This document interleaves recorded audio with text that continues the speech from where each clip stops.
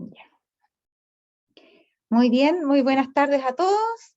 Vamos a tener hoy, con el favor del Señor, una linda clase que pueda ser muy útil. Vamos a ir descubriendo muchas cosas muy interesantes. Yo he aprendido junto con ustedes, ni se imaginan cuánto. Así es que todavía tengo desafíos con este tema, que todavía tengo que ir dilucidando algunos detalles y algunas cosas más. Y yo creo que, espero que resulten tan enriquecedores para ustedes como para mí. Ha sido realmente una manera nueva de entender muchas cosas, no una manera nueva, sino muchas cosas nuevas que entender, de Apocalipsis especialmente. Vamos entonces, antes de entrar a nuestra clase, pedirle por favor a la persona encargada que pueda orar por nosotros para que el Señor nos dirija y nos bendiga. Oremos. Querido amante Padre Celestial que estás en los cielos, Señor, una vez más estamos a tus pies, dándote gracias, Señor, pidiendo tu gracia también para nuestras vidas, Señor. Te pedimos, por favor, que tu Espíritu Santo se haga presente, Padre, en estas clases y en todas las que podamos tener, para que podamos estar conectados, Señor, a aquellos que tú quieres, Señor, que estemos acá. No permitas que nos impida, Señor, el tiempo, las preocupaciones o lo que sea, el poder estar aprendiendo lo que tú nos quieres contar, Señor, a través de Jacqueline. Danos sabiduría, Señor, e inteligencia, entendimiento, para poder entender y poder practicar en nuestra vida diaria todas las enseñanzas que tú nos das, Señor. Permítenos sentir tu presencia, Señor, en nuestras vidas, especialmente en las pruebas, Padre. Y que estemos seguros que tú siempre estás con nosotros. Quédate con nosotros, Señor. Bendícenos a todos. Cuida que las conexiones, Señor, se mantengan hasta el final de esta clase. Y te pedimos también por las conexiones de las clases próximas y por las personas que se quieran conectar para que puedan estar en ellas. Te pedimos, Señor, todo esto y te damos las gracias en el santo nombre de tu Hijo Jesús. Amén. Amén, Señor. Muy bien, vamos entonces a nuestra primera diapositiva. Acá. Miren, esta es una pregunta que es necesario resolver antes de entrar a la sección que vamos a ver, ¿ya? Y es una pregunta que viene al punto porque hay mucha gente que tiene confusión con este tema, ¿ya? ¿Viene el Padre con Jesús en su segunda venida o viene solo? Y generalmente se cita este texto, muchos lo citan diciendo que vienen los dos, porque dice aquí, porque el Hijo del Hombre vendrá en la gloria de su Padre con sus santos ángeles y entonces pagará a cada uno conforme a sus obras. Mateo 16, 27. Pero no han leído con mucha detención el texto, porque el texto no dice viene el Hijo del Hombre con su Padre, sino en la gloria de su Padre. Y es algo muy diferente, ya venir con el Padre a venir en la gloria de su Padre. Solo la mitad de su cara. No, ahí no se ve nada. Ya, gracias por avisar. ¿Estará bien ahí? No, tiene No, que... ¿Más ahí? ahí sí, ahí sí. Ya, muchas gracias, Bernardino. Ya, entonces miren, viene en la gloria de su Padre. No es que viene con su Padre. A ver, pero ¿será suficiente un texto? No, vamos a ver más. Miren acá. Aquí el Señor está haciendo su oración sumo sacerdotal, San Juan 17, y dice, ahora pues, Padre, glorifícame tú al lado tuyo con aquella gloria que tuve contigo, ya, con aquella gloria que tuve al lado tuyo, que tuve contigo antes que el mundo fuese. Entonces aquí está hablando Jesús orando de una gloria. Acá decíamos que va a venir en la gloria de su Padre. Y Jesús acá está pidiendo aquella gloria que tuvo con el Padre cuando estaba al lado suyo, antes de que viniera acá a este mundo. O sea, antes de la encarnación, el Señor tenía una gloria compartida con su Padre. La tenía con él y él pide la manifestación de esa gloria. No vamos a ver las citas que hable mucho, pero aquí hay una que dice así. Está orando a su Padre por una gloria que poseía en su unidad con Dios. ¿Se fijan? No es que estaba simplemente con el Padre, sino que había una gloria que compartía cuando estaban juntos. El favor que suplica es la manifestación de aquella gloria divina que él poseía cuando era uno con Dios. que el velo sea quitado, dice, y brille mi gloria, la gloria que tuve contigo antes de que el mundo fuera. ¿Ya? Y miren lo que dice, la oración de Cristo fue respondida, fue glorificado con la gloria que tuvo con su Padre antes de que el mundo fuera. La gloria rodea al Rey del Cielo. No hay palabras que puedan describir la escena, ¿ya? La escena que tuvo lugar cuando el Hijo de Dios fue públicamente restablecido al lugar de honor y gloria que dejó voluntariamente cuando se hizo hombre. Se fijan que él tenía una gloria que ahora, cuando está hablando aquí, cuando él regresa al cielo, la gloria dice rodea al Rey del Cielo. ¿Ya? Eso se cumplió cuando él, después de, la respuesta a su oración se dio después de su ascensión. Pasó por la cruz, todo eso, y después cuando vuelve al cielo, después de haber estado 40 días con sus discípulos, él se presenta delante del Padre y la gloria lo rodea. Y dice que es indescriptible eso. No hay palabras que puedan describir esa escena. Cuando él fue públicamente restablecido al lugar de honor y gloria que dejó voluntariamente cuando se hizo hombre. Ahí se puede decir que él tenía la gloria del Padre, que era una misma con la de él. Ahora dice, acá hay otro texto. Este texto es muy interesante porque está en una visión de Dios que tiene Isaías. Y dice aquí, como parece el arco iris que está en las nubes el día que llueve, ¿ya? Cuando aparece el arco iris, así era el parecer del resplandor, ¿ya? El parecer del resplandor alrededor. Esta fue la visión de la semejanza de la gloria de Jehová. O sea, miren, esto era semejante a la gloria de Dios, la gloria del arco iris. Y él dice, vi algo así como el arco iris que aparece cuando llueve, así parecido era como yo veía la gloria de Jehová, ¿ya? Entonces, cuando dice que el Señor viene en la gloria de su Padre, no está diciendo que viene con su Padre, sino que viene con esa misma gloria que el Padre tenía, de estar con sus ángeles y tener ese arco iris. Dice acá, miren, lo siguiente al respecto. En el cielo, una semejanza del arco iris rodea el trono y nimba la cabeza de Cristo. Ya apareció como a veces le ponen como a Jesús así una aureola, pero eso es casi una burla en comparación con la realidad, y es como un arco iris en realidad, y debe ser algo muy brillante y muy grandioso. Y dice que eso no solamente nimba el trono, y sabemos que él comparte el trono con su Padre, ¿ya? Así que los nimba a los dos, pero aparte de eso, la cabeza de Cristo está nimbada también con un arco iris, o la semejanza de un arco iris. El profeta dice, cual parece el arco del cielo que está en las nubes el día que llueve, así era el parecer del resplandor alrededor del trono. Esta fue la visión de la semejanza de la gloria de Jehová. ¿Se fijan? Semejanza de la gloria de Jehová. Entonces, cuando Cristo que dice que vendrá en la gloria de su Padre, se está refiriendo a esto, que ya no viene velado como un ser mortal cualquiera, un carpintero de Nazaret. No, ahora viene con la misma gloria que compartía con el Padre y que siempre compartió, solamente veló esa gloria cuando estuvo con nosotros, hecho hombre, aquí en la tierra, pero la recuperó y cuando vuelva lo veremos en toda su gloria. A eso se refiere que vendrá en la gloria de su Padre. Dice, Dios ama lo que ha sido comprado con la sangre de Cristo. El Padre de misericordia aguardará en los mismos portales del cielo para darnos la bienvenida, para darnos una amplia entrada en las mansiones de los bienaventurados.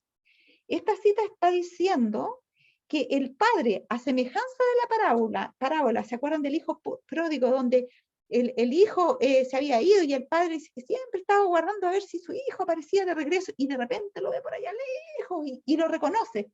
Y él estaba aguardando que su hijo apareciera y su hijo aparece y el padre, ¿qué hace? Sale corriendo a recibirlo porque estaba esperándolo. Esa parábola ilustra también el amor de nuestro Padre Celestial, que dice que va a estar aguardando, esperando. ¿En dónde? En los mismos portales del cielo. O sea, el Padre, si nos va a estar esperando en los portales del cielo, quiere decir que está en el cielo, no está viniendo acá a la tierra. Obviamente podemos entender que el único que viene es Cristo, por supuesto con los ángeles, pero que el Padre nos va a esperar en las puertas del cielo. ¿Para qué? Para darnos la bienvenida. ¿Se fijan ustedes? Ya, entonces tenemos clara esa parte y esa parte va a ser muy interesante de entender y necesaria cuando veamos el hecho está. Creo que hoy día no lo vamos a alcanzar a ver, pero cuando veamos de dónde procede la voz, vamos a saber que es distinto el lugar en la segunda venida que tienen las intervenciones del Padre y la del Hijo. Y eso es muy importante de entender. Ahora miren, aquí viene. Apocalipsis 15:1. Vi en el cielo otra señal grande y admirable. ¿Se acuerdan que habían 3 señales en Apocalipsis?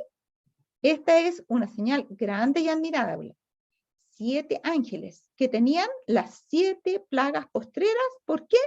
Porque en ellas se consumaba la ira de Dios, ¿ya? O se completaba, o se desahogaba, digamos, por completo, la ira de Dios, como a ustedes les resulte más completo poder entenderlo, ¿ya? Entonces, vamos a entrar en el tema de las plagas. Para poder entenderlo eso, primero vamos a ver estos ángeles, que dice aquí que son fieles embajadores de Dios. El Señor creó estos seres para que estuviesen delante de su trono. Eran ministros de Jehová, ¿ya? Nosotros sabemos que en un gobierno, en un estado, cuando el presidente tiene ministros, son personas, y especialmente los que son embajadores y enviados tal vez en misión a otro país, son personas que representan la voluntad de su gobernante. Y un embajador no puede hablar por su cuenta lo que a él le parece. Y es muy bochornoso cuando un embajador dice algo y ese algo no concuerda con lo que su jefe dice. Y cuando queda al descubierto que su embajador dice una cosa y que el que lo envió, el presidente, dice otra cosa. Eso no pasa en el cielo. Los ángeles son fieles embajadores de Dios, son sus ministros. Y para eso los hizo el Señor, y para que estuvieran delante de su trono. Y dice acá, bajo las órdenes de Dios, los ángeles son todopoderosos. Es tal la confianza que Dios tiene en la fidelidad de estos ministros que les da todo el poder mismo que Él tiene para que puedan cumplir sus mandatos. ¿Se fijan ustedes? Y dice aquí, en una ocasión, en obediencia a la orden de Cristo, mataron en una noche a 185,000 hombres del ejército asirio. En una noche, ¿ya? Dice aquí, estos seres celestiales, que son bastante diferentes de nosotros todavía, al ejecutar los mandatos de Dios, no hacen ninguna pregunta. Nosotros le haríamos 1000 preguntas a Dios, pero ¿por qué? ¿Pero cómo? ¿Pero cuándo? ¿Ya? Virgen María, pero Señor, ¿cómo se hará esto? Porque no conozco varón. Las mujeres, ¿y quién nos removerá la piedra? Siempre estamos nosotros haciendo preguntas, ¿te fijan? A Dios le preguntamos. Pero acá dice, estos seres celestiales, al ejecutar los mandatos de Dios, no hacen ninguna pregunta, sino que hacen ¿qué cosa? Lo que se les ordena. Ellos son así, fieles. Por eso que son todopoderosos al ejecutar las órdenes de Dios, porque Dios confía plenamente en ellos, porque ellos confían plenamente en Dios. Y por lo tanto no corre peligro su poder en las manos de ellos. De ahí la importancia de que nosotros seamos sellados, que reflejemos plenamente el carácter de Cristo y seamos confiables. ¿Para qué? Para recibir también el poder de Dios. Porque Dios no puede dar su Espíritu Santo a personas que de repente van a hacer las cosas a su manera porque no están muy seguros si Dios estará de acuerdo o no estará de acuerdo, porque no les gusta mucho eso y piensan que igual Dios va a aprobar lo otro. Dios no puede correr esos riesgos, ¿se fijan? Así que mientras más grande sea nuestra dependencia de Dios, más grande va a ser también la confianza de Dios para entregarnos todo el poder para hacer las cosas que Él desea. Ahora miren ustedes, aquí tenemos algunas expresiones en visión. Dice así, tal cual en el libro Cartas y Manuscritos, del que hemos estado viendo varias citas. Cuando la hermana White tenía visiones, a veces ella las tenía en público, o sea, de repente estaba en un grupo, así como nosotros estamos en un grupo pequeño, y de repente ella entraba en visión. Y cuando ella entraba en visión, ella estaba con la mirada puesta en algo que estaba viendo. A veces sus ojos se movían rápidamente para allá, para acá, porque estaba mirando cosas. Y era tal lo interesada que estaba ella en lo que veía, que de repente escapaban palabras de sus labios. Así como cuando estamos en un sueño muy profundo y que nos tiene muy tenso, y a veces o nos reímos durmiendo o hablamos cosas, y hay gente sonámbula que incluso se levanta. Bueno, la hermana White, cuando entraba en visión, a veces estaba hablando palabras, y había alguien que especialmente que registró algunas de sus visiones, que era José Bates, que había sido muy incrédulo respecto de Elena White, muy incrédulo. Entonces, él se tomó el trabajo de anotar las cosas que decían en visión en un principio para ver si qué decía, si era cierto o no, y después ya se dedicó, cuando creyó plenamente en ella, a escribirlas palabra por palabra y captar lo máximo para poder después preguntarle acerca de esas cosas que ella estaba diciendo cuando estaba en visión. ¿Ya? Entonces acá hay algunas palabras que van dando una impresión de lo que ella estaba viendo. Y ella decía las cosas que más seguramente le iban impactando de lo que se le estaba mostrando. Algunas veces ella después esto lo escribió ordenadamente, pero hay detalles que a veces no quedaron registrados. Por eso es que tienen valor esto, porque era espontáneamente las reacciones que ella estaba teniendo a lo que estaba recibiendo por medio de revelación. Aquí dice, hay que sacrificar todo desde este lado de la suelta, dice, de los 4 vientos. Podemos tener un error de traducción un poquito, pero ellos tratan de hacer la palabra más aproximada a lo que dice acá. O sea, se refiere al soltar los vientos. O sea, de este lado de la suelta, o sea, antes que se suelten los vientos, hay alguien que tiene el micrófono encendido, si lo puede apagar, por favor. Dice, hay que sacrificar todo de este lado, o sea, antes de que se suelten los vientos. Si no, voy a tener que silenciarlos a todos, Alt más M. Sí, ya lo apagaron. Ya, dice, contemplen. ¿No pueden ver que están a punto de soltar? O sea, ella está con un sentido de urgencia, diciendo que ellos deben estar sacrificándolo todo antes porque los vientos están a punto de ser soltados. Contemplen, ¿no pueden ver que están a punto de soltar? Apresúrense, escóndanse debajo de la cubierta. ¿Se acuerdan que hablamos de la cubierta? ¿Qué era la cubierta? La protección que les daba a todos los sellados.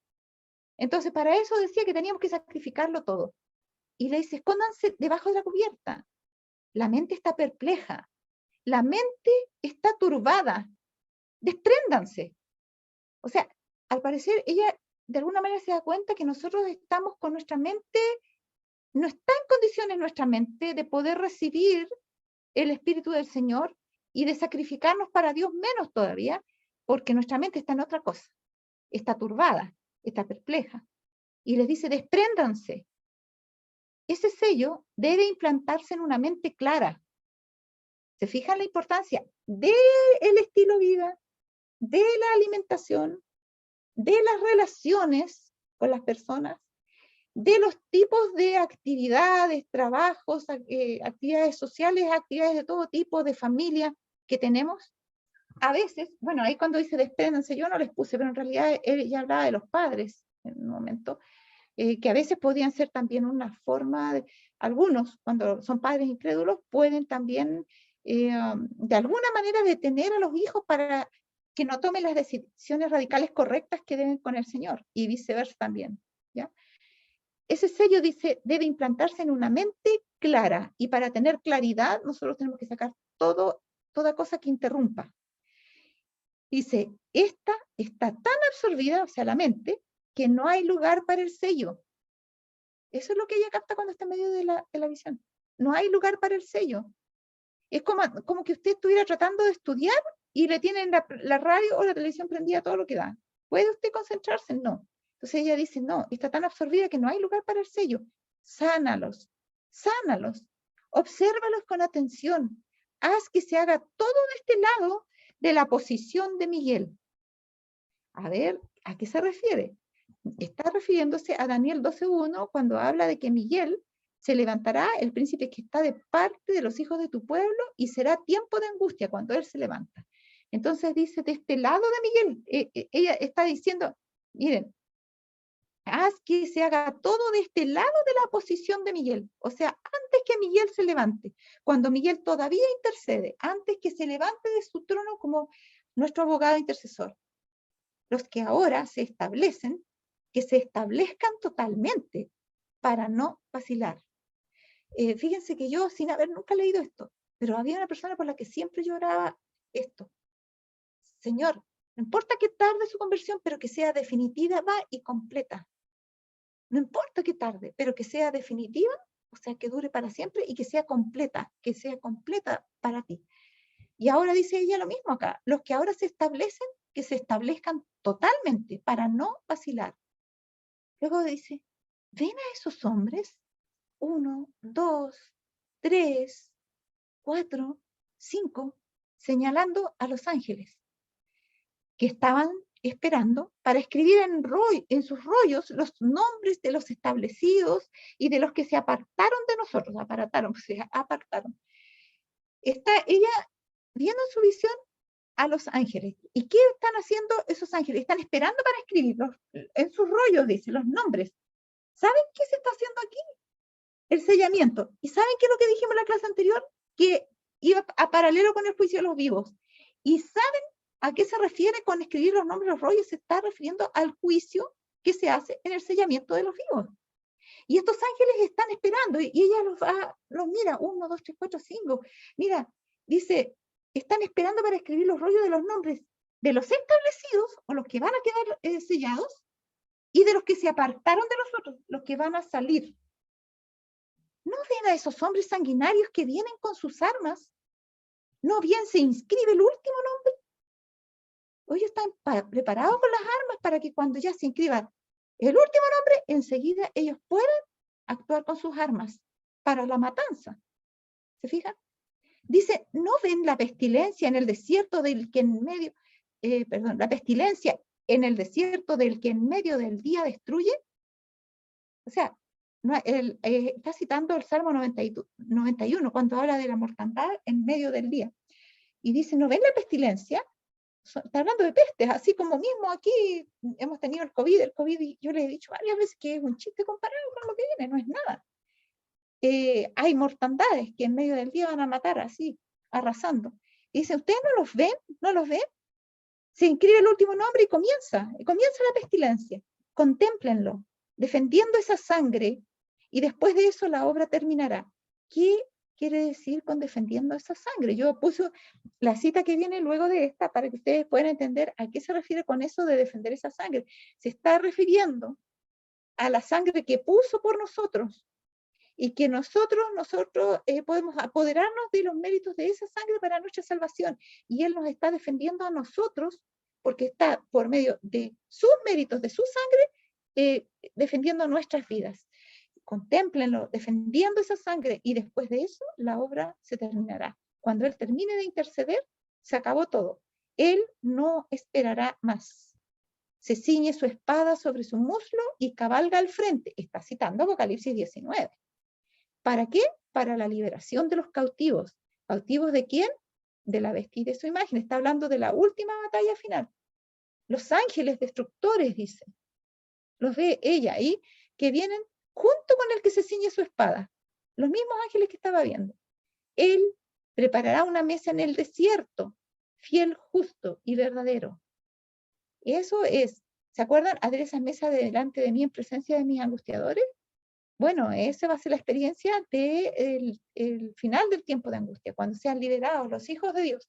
En medio de todas esas plagas horribles, nosotros vamos a pasar incólumes, porque Dios nos va a tener bajo su cubierta, y Él nos va a dar de comer. Ahí en el desierto donde no hay comida, nosotros vamos a tener de comer, mientras que los otros que podían haber tenido mucha no van a poder comer, o no les va a servir de nada porque están con pestilencia y una pila de cosas malas, o están muriendo. Es la vida de los santos lo que buscan. No han conseguido el sello. Es otra cosa. Es la marca de la bestia y su imagen. Al parecer lo que ella ve es que algunos de los que eran santos, que eran las vidas de los que estaban buscando, esos no consiguieron el sello. Se engañaron. Y ella dice, pero es otra cosa. No, eso no es el sello. Ustedes estaban buscando el sello, pero se equivocaron. Esa es la marca de la bestia y su imagen. Obviamente acá está hablando de un engaño, pero lamentablemente es un autoengaño, porque el que tiene la palabra de Dios no tiene necesidad de ser engañado a menos que quiera ser engañado. Y esa va a ser la experiencia de muchos, que van a preferir ser engañados para dejar de sufrir el ataque de sus enemigos antes que sufrir con el pueblo de Dios por la verdad. Lloran, agonizan. ¿Quiénes? Los que una vez fueron justos. Luego, todos ellos se unen a los demás, los impíos. O sea, está hablando de una tremenda apostasía, y de esos que están en la apostasía que ahora lloran y agonizan. que se equivocaron, que no consiguieron el sello, sino que en lugar de eso consiguieron la marca de la bestia, que pensaban que no importaba el día de reposo que adoraran, pero empezaron a guardar el domingo y dejaron de guardar el sábado y adquirieron la marca. Y ahora se dan cuenta que estaban engañados y ¿qué hacen? Lloran, agonizan. Bueno, después de toda esta lucha, cuando se ponen igual de parte del error, por el miedo, por el temor, por lo que sea, luego todos ellos se unen a los demás, a los impíos. Y luego dice, es demasiado tarde, demasiado tarde. Cada palabra ociosa pone un reloj delante de ti. ¿Ya? Está hablando de cómo el Señor dio un consejo que yo siempre me acuerdo. Sed sobrios y velad. Sed sobrios y velad, porque vuestro adversario, el diablo, cual león rugiente, anda buscando alrededor a quien devorar. La importancia de la sobriedad, no solamente de las palabras, sino que muchas cosas, de nuestros hábitos de vida, de nuestra vida en sociedad. Algunos se dedican más a buscar chistes y, ¿cómo se llaman estas cuestiones que buscan en los celulares? Ay, que les llegan los monitos y las cositas. Los memes. Los memes, gracias. Justamente, están más preocupados de mandar memes o de otras cosas y no están preocupados de la palabra de Dios y no están preocupados de cómo están sus vidas. Cada palabra ociosa. Cuando habla allí, que les he leído yo, cuando dice que incluso las amistades a veces que son inútiles, no las debemos tener, conservar, porque está hablando de que toda hora, todo minuto debe ser utilizado provechosamente para el adelanto del reino de Dios. Y ahora dice, cada palabra ociosa pone un reloj delante de ti. Ya, ahí está la cita, cartas y manuscritos. Luego miren acá. Dice, dice, es un sueño que el Señor me dio el 22 de agosto de 1851, creo, 1850. Ahí está al final en la cita cuando lo veamos. Dice ella, mis ojos, y esto tiene un parecido con la visión anterior, pero este es un sueño. Mis ojos fueron atraídos por algo extraño en el aire, y yo no puse una parte al comienzo, después como que me arrepentí no ponerla, porque ¿saben lo que ella decía? Que él iba con el hermano Rhodes, y iban pasando un puente por arriba de mucha agua, ella iba con su bebé en brazos, y el agua subía, y había un temporal, pero tremendo, muy atemorizante, tanto que en un momento ella casi sintió que iba a soltar a su bebé.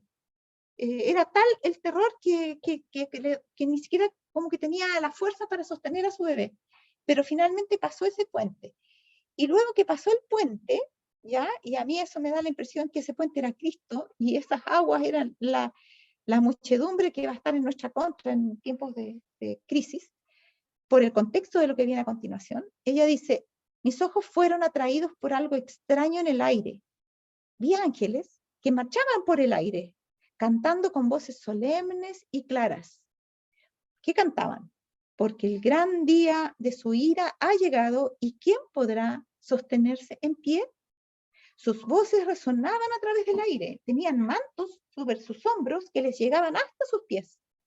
¿Ya? Y se lo imaginan ustedes cantando, porque el gran día de su ira, y ella lo está mirando ahí, y luego dice, Jaime contaba a los ángeles, y me acuerdo de la anterior cuando decía, miren a esos hombres, 1, 2, 3, 4, 5, son los ángeles, decía ella, ¿se acuerdan? Y acá dice, Jaime contaba a los ángeles, y yo estaba temblando de miedo, se apareció mi vida delante de mí. A ver, ¿y por qué tenía miedo? Porque ella ve su vida, y ve a los ángeles destructores, y miren, y dice, y se veía muy llena de errores. No lograba ver cómo sería capaz de estar en pie. En ese momento Satanás vino donde yo estaba y me dijo, tú estás perdida, ahora eres propiedad mía, irás conmigo a las regiones oscuras. No puedo describir mis sentimientos. Estar separada de Jesús que había amado y hacer mi morada con los que aborrecía me parecía espantoso. Al mismo tiempo, me sentía indigna de estar con el amoroso Jesús. ¿Saben lo que está pasando aquí? Ella está relatando el tiempo de angustia previo, el tiempo de angustia final que comienza ahora, ya, para ella ahí, en la visión, y cómo Satanás empieza a luchar con ella para tratar de robarle su confianza en la salvación del Señor. Entonces ella se ve a sí mismo, como dice que se van a ver los santos en el tiempo de angustia, y no ven nada digno de mérito en ellos mismos, solamente pueden esperar compasión del Señor. Y el diablo le dice, tú eres mi propiedad, estás perdida. Y ella dice, bueno, es verdad que yo no soy digna de Jesús, pero yo no puedo vivir sin Jesús. Yo amo a Jesús.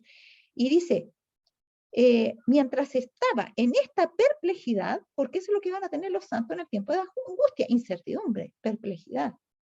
Mientras estaba en esta perplejidad terrible, uno de los ángeles vino a donde yo estaba y dijo a Satanás, ella no es tu propiedad, porque ha sido redimida para Dios por medio de la preciosa sangre de Jesús. ¿Se acuerdan la visión anterior cuando decía, defiende tu sangre? Ahí estaba defendiendo su sangre por sus hijos, el Señor, antes de que entraran a esta etapa.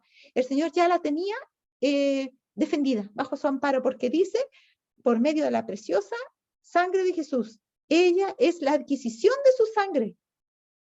Y le dice eso a Satanás, y Satanás huyó. Y eso se cumple después en la profecía, y lo vamos a ver, cuando Satanás huye.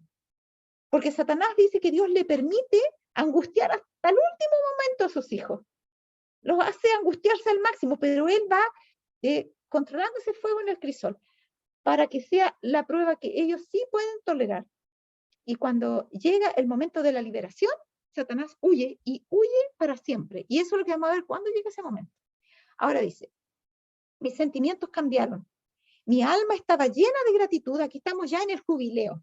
Satanás huye luego del tiempo de angustia cuando comienza el jubileo y comienza a la voz de Dios.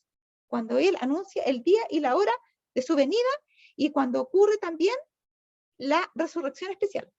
Ahora dice, mis sentimientos cambiaron. Mi alma estaba llena de gratitud y agradecimiento a Dios.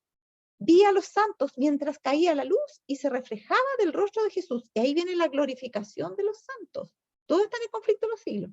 ¿Ya? Que ellos dicen que sus rostros brillan con la luz de Jesús cuando son liberados.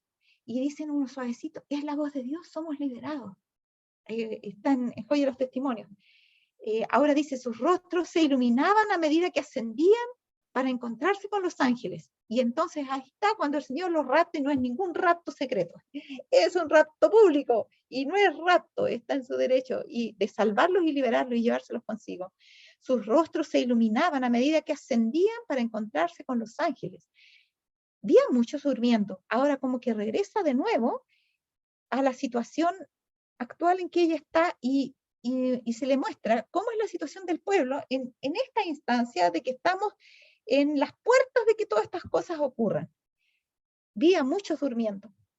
Dije mientras veía esas preciosas almas, ellas han oído hablar de la venida de Jesús y de ese gran día de la ira de Dios, que muchos dicen, no, que va a estar puro metiéndole cuco a la gente, no. Andándole metiendo susto a la gente, no es como se lleva a la gente a Dios. Y es que dice, ellos oyeron hablar de la venida de Jesús y también del gran día de la ira de Dios, capaz que algunos escucharon hasta esto, que se les venía encima. Pero a medida que pasaba el tiempo, un poco más de lo esperado, ellas perdieron el interés. La estupidez se extendió sobre ellos y ahora duermen profundamente para nunca más despertar. Obviamente está hablando de un sueño espiritual. Ellos duermen de negligencia espiritual. Pareció cuando los discípulos se quedaron dormidos en el huerto, ¿se acuerdan? Y el Señor les decía, velad, velad. Y los encontraba durmiendo y volvía, y los volvía a encontrar durmiendo. Y dice que era como una modorra, un sopor que tenían. Y dice que dormían de miedo. O sea, es como una forma de evasión.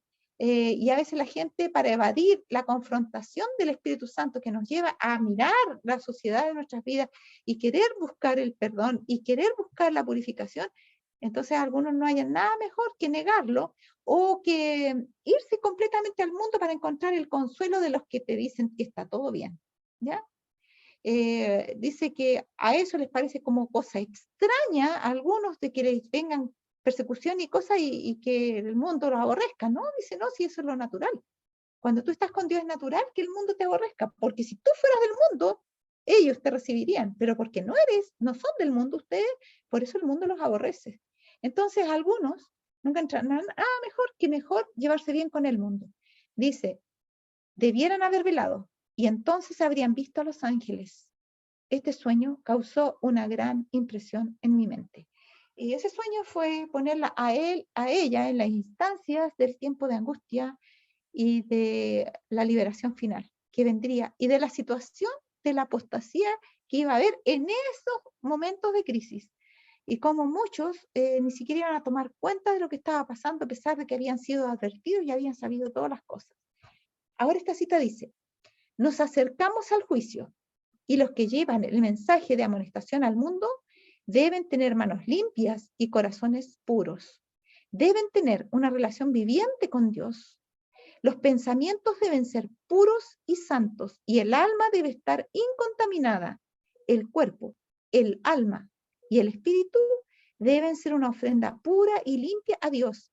De otra manera, Él no la aceptará. Así que los que piensan, no, pero Dios me comprende, si yo no puedo. Mire, yo creo que Dios me va a perdonar. Cuando Él me va a dar un cuerpo nuevo y una mente nueva, y ahí ya no voy a pecar más. No. El pecado debe ser vencido en este cuerpo y en esta mente. Aquí debe ser vencido el pecado para que pueda Dios darnos un cuerpo nuevo. Y acá dice que nosotros debemos tener las manos, o sea, las cosas que hacemos, nuestras transacciones, nuestros negocios, nuestra vida de trabajo, nuestros estudios, deben estar limpias nuestras manos. Nuestros corazones, lo que sentimos, las cosas que pensamos, deben ser puros. Nuestra relación debe ser una relación viviente con Dios. No puede ser algo, no, llegó la hora del culto, hay que conectarse. Ya listo, ahora hay que dar el diezmo. Listo, y todo mecánicamente como que ya cumplí. Hay que tener 10 contactos misioneros. Ya listo, ya lo hice. No, no es así. La relación debe ser una relación viva con Dios. Los pensamientos, ¿qué pensamos? ¿Son puros y santos? ¿O pensamos? A veces tenemos muchas malas sospechas, tenemos pensamientos que no convienen a un cristiano. Y dice, y el alma, o sea, nuestra vida debe estar incontaminada, ¿ya? Debemos ser irreprensibles. El cuerpo, ¿ya? ¿Cómo ocupamos nuestro cuerpo? Nuestros apetitos, que sean de comida, de sexo, de drogas, de adicciones, lo que sea, ¿está libre de esas cosas? ¿Es libre para servir al Señor? ¿O está amarrada a algunas cosas que las separan de Cristo? El cuerpo, el alma, nuestra vida completa, toda nuestra agenda, y nuestro espíritu, que es lo que nosotros queremos, lo que anhelamos, nuestros temperamentos, todo eso debe ser una ofrenda pura y limpia a Dios. Y si no es así, Dios no la aceptará. No es que yo te di lo mejor que tengo, no. Tiene que ser realmente lo mejor que tienes, no lo que yo podía. O sea, si yo hice lo que podía, no, pero tienes que hacer todo lo que realmente Dios puede hacer, porque es Dios el que lo hace en nosotros, no nosotros mismos. Limpiad el campamento de esta corrupción moral, aunque haya que sacar a los hombres más encumbrados que ocupan las más altas posiciones. Me llamó mucho la atención, era muy fuerte esta cita, pero ¿saben? La puse igual. Y el énfasis que daba también me parecía como, no, pero ¿será tanto? Pero dije, no, si lo está diciendo el Espíritu de Dios es porque aquí hay cosas que yo no sé y que sí son. Y dice, con Dios no se juega. La fornicación está en nuestras filas. Yo lo sé porque me fue mostrado que está fortaleciendo y extendiendo su contaminación. Acuérdense que la fornicación no es solamente corporal, sino que puede ocurrir en nuestra mente. También existe ¿cómo se llama? La pornografía por internet. Existen muchas formas de fornicación. Existe la masturbación, existen muchas cosas. Y a ella le fue mostrado que se estaba fortaleciendo y extendiendo la contaminación de la fornicación. Todo acto sexual ilícito es fornicación, ya sea real o imaginario. Hay muchas cosas que nunca sabremos, dice, pero lo que ha sido revelado responsabiliza y culpa a la iglesia. Y eso es lo que siempre debemos decir. Hay personas que a veces han sido reprendidas por sus pecados y dicen, ¿y qué me vienen a decir a mí cuando, miren, hay más? Yo creo que todos los cabros aquí se han acostado con alguien en la iglesia y me vienen a decir a mí, porque no, si aquí quizás cuánto quedan, no importa. Lo que acá dice es, lo que ha sido revelado responsabiliza y culpa a la iglesia. Si yo no supe de los pecados que están, yo no tengo la obligación de saberlo. Pero si eso el Señor me lo reveló y me lo mostró, yo debo tomar una postura decidida frente a estas cosas. Lo que ha sido revelado responsabiliza y culpa a la iglesia. Si yo soy indolente y hago vista gorda o piensa nada que se la arreglen con Dios, no. Eso responsabiliza y culpa a la iglesia. A menos que haga un decidido esfuerzo para erradicar el mal, entonces Dios nos va a responsabilizar. Dice, limpiad el campamento porque hay anatema en él. Hay maldición en el campamento. Limpiad el campamento. El campamento es nuestra iglesia. Todos los fornicarios estarán fuera de la ciudad de Dios.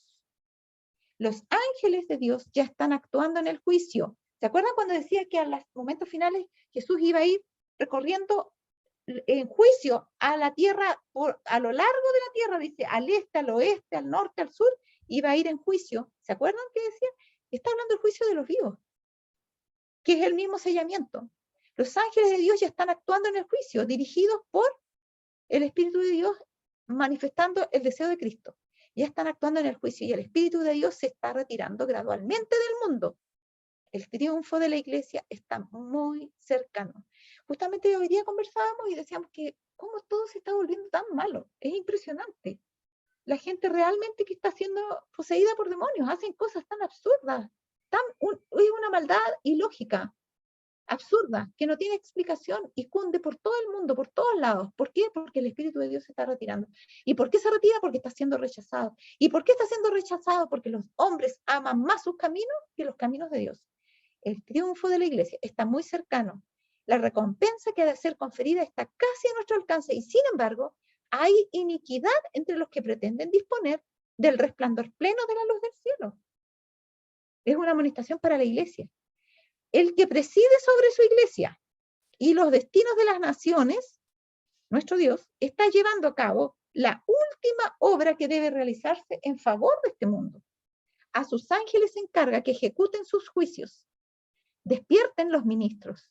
Háganse cargo de la situación. La obra del juicio comienza en el santuario. ¿De qué estaba hablando entonces? Del juicio. Estaba hablando del sellamiento, que es lo mismo que el juicio. La obra del juicio comienza en el santuario.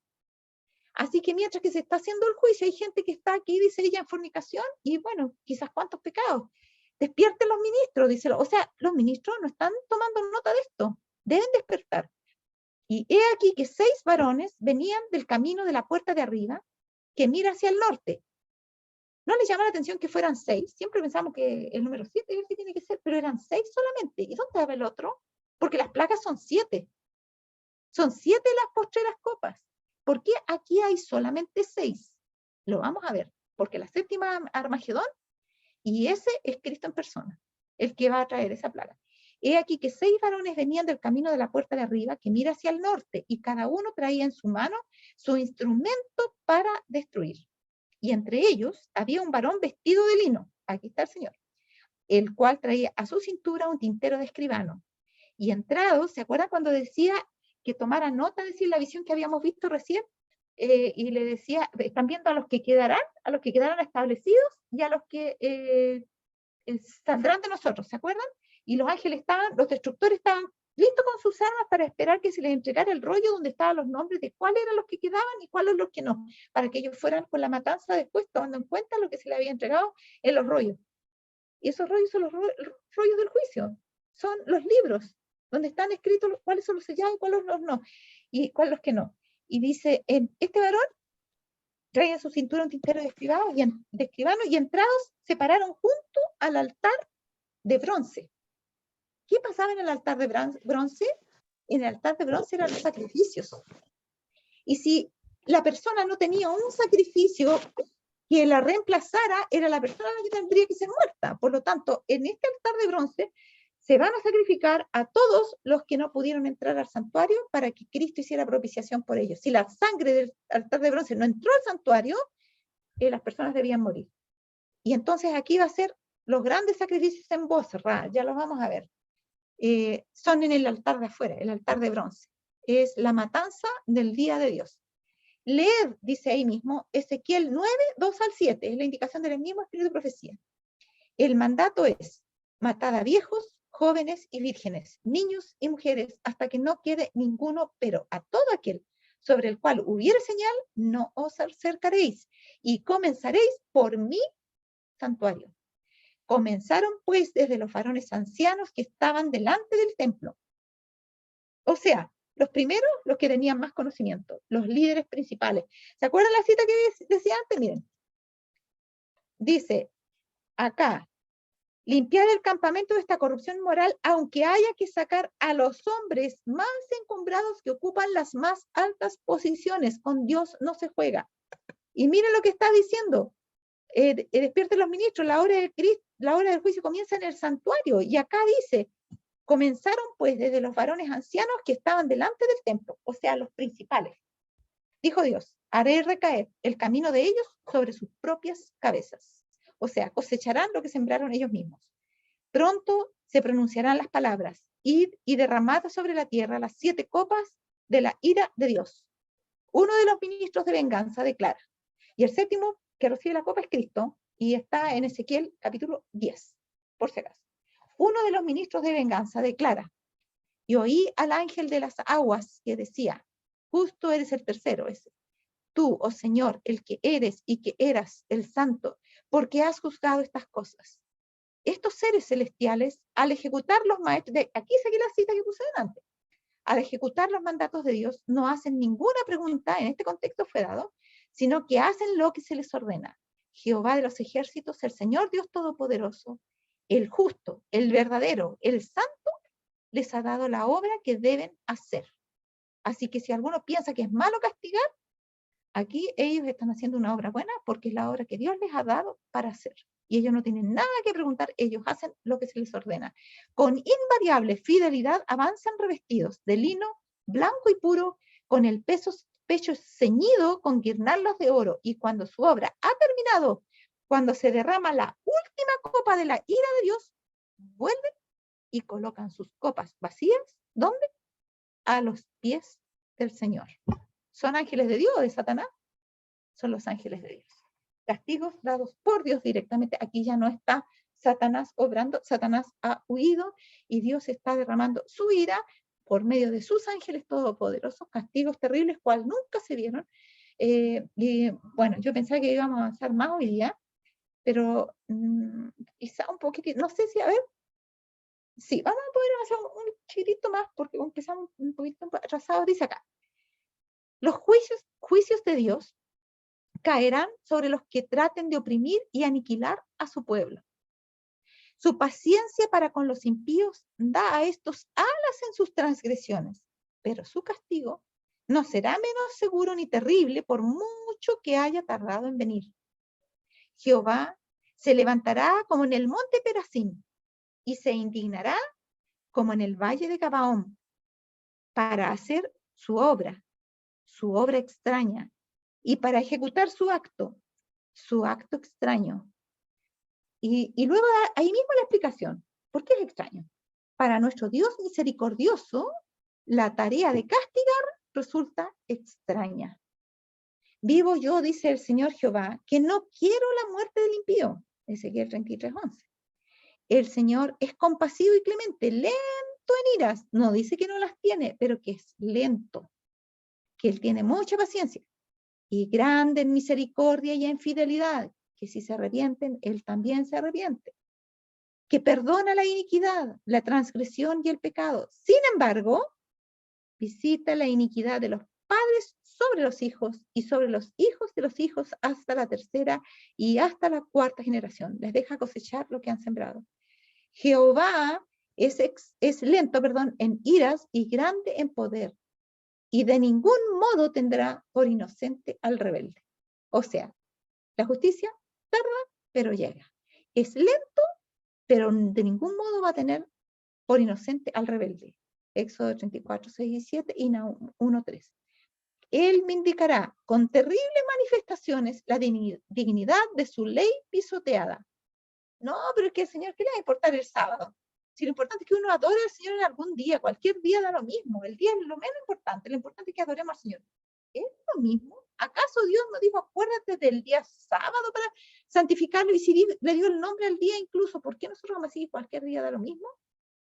Eso es pisotear la ley de Dios. Dice, Él vindicará con terribles manifestaciones la dignidad de su ley pisoteada.